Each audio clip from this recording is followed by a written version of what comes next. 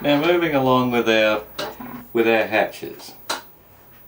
There's the biggest of the two hatches. You simply get the hatch cover that's got to be cut out and put it up against it, mark where it's got to be, or where it will cover the whole hatch, and remember that we've also got to put a 2x2 walnut frame around the outside. Now the first thing that you do with this frame is glue the two ends on first and let it dry. When it's finished, we'll give it a little nice capping with a file and make sure that both those ends are nice and neat, because then the next section goes on, which will be there, and we'll let that dry and then just tidy up the edges like that. Now if you have a close look at this, is that the hatch itself raises above, or is proud to, these side framings. So naturally what will have to happen, be whatever you've got there to use, a file is good enough, and we'll take that off and make it flat so it will then sit on the deck.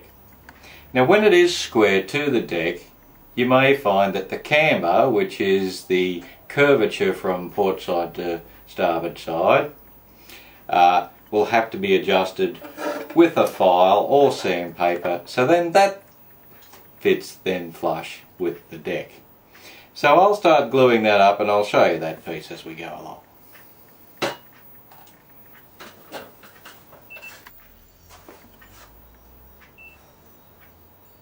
So there's one side on.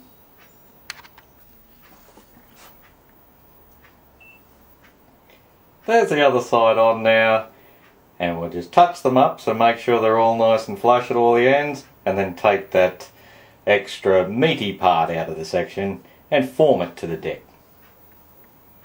As you can see, it took a long time to do it, but I think it's well worth the effort, and that's what the hobby's all about.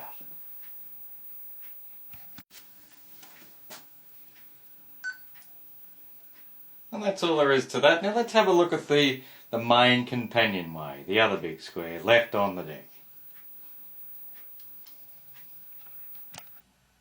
Now a couple of tricks of the trade. Out the blue tack, people. Put your blue tack down and put the pieces in exactly the same way that is on the drawing, and that way we can butt them together and keep everything square. Blue tack, an easy remedy. The issue is complete. Let's stick some brass hinges on it in the form of a millimetre brass wire that they give us, and a little handle. So there's the companionway finished. Let's put it on the model. There's another little tip I want to give you. If you get a cotton bud and then squash one of the ends by going like that, you'll create a wedge in your cotton bud. Put your finger on the part that you've glued and run it down that filter, and then you'll clean out any excess glue with the minimum of fuss.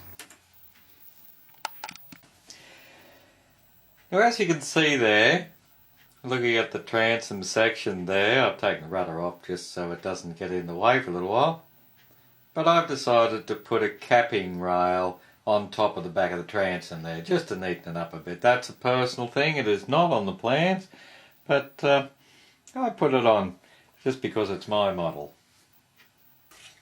Let's just have a look and see what part of the deck furniture we've got here. As you can see, we've got the old style wooden winches in, and the brake which leads onto that winch. We've got the knight heads here. There's a good shot of the breastplate, and as we said before, the cat heads are in, and of course we've put the mast heel down over the hole ready for the mast. Now we've got some more on our puzzle. We've got these small cavaliers, and they've been posted on these little parts here, and then we've got rope bits that are going in the pre-sunken holes that were around the top capping, and we've got our bilge pumps in, one either side there and there, and she's really starting to get along now. So what I think we will do is we will get on and start putting a little belaying pin on the inside, and we'll start putting some channel boards on there to take the shrouds. Before you, we've got the channel board to go on either side, as I said, to hold the shrouds up, and we've got the fife rail either side as well. Now notice they've got the normal mat pins in them, and if you just get yourself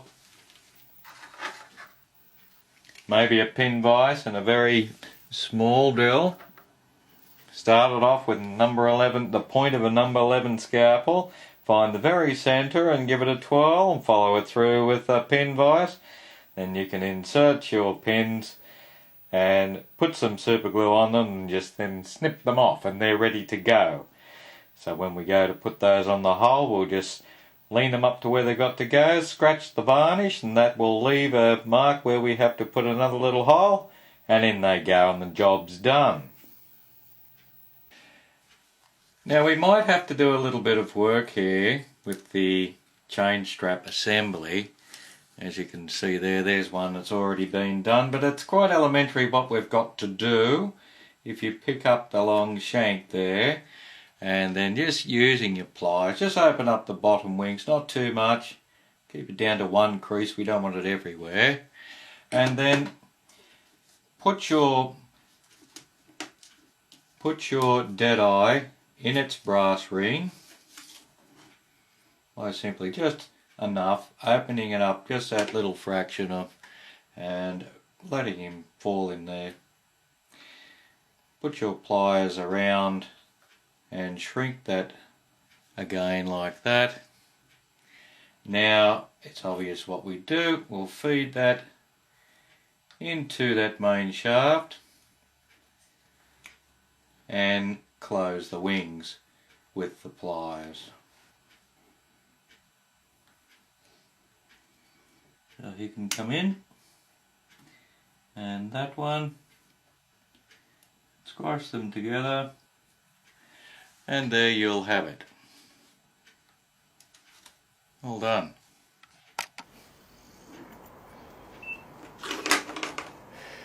Using the drawings, we've placed all of our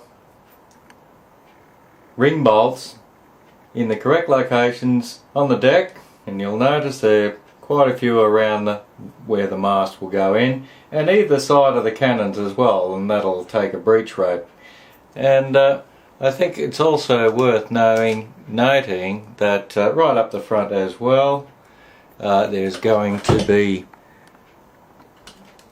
be more ring bolts up the front, and just keep your eyes on the drawings, pop them in, a little bit of super glue in the hole after you've put it in.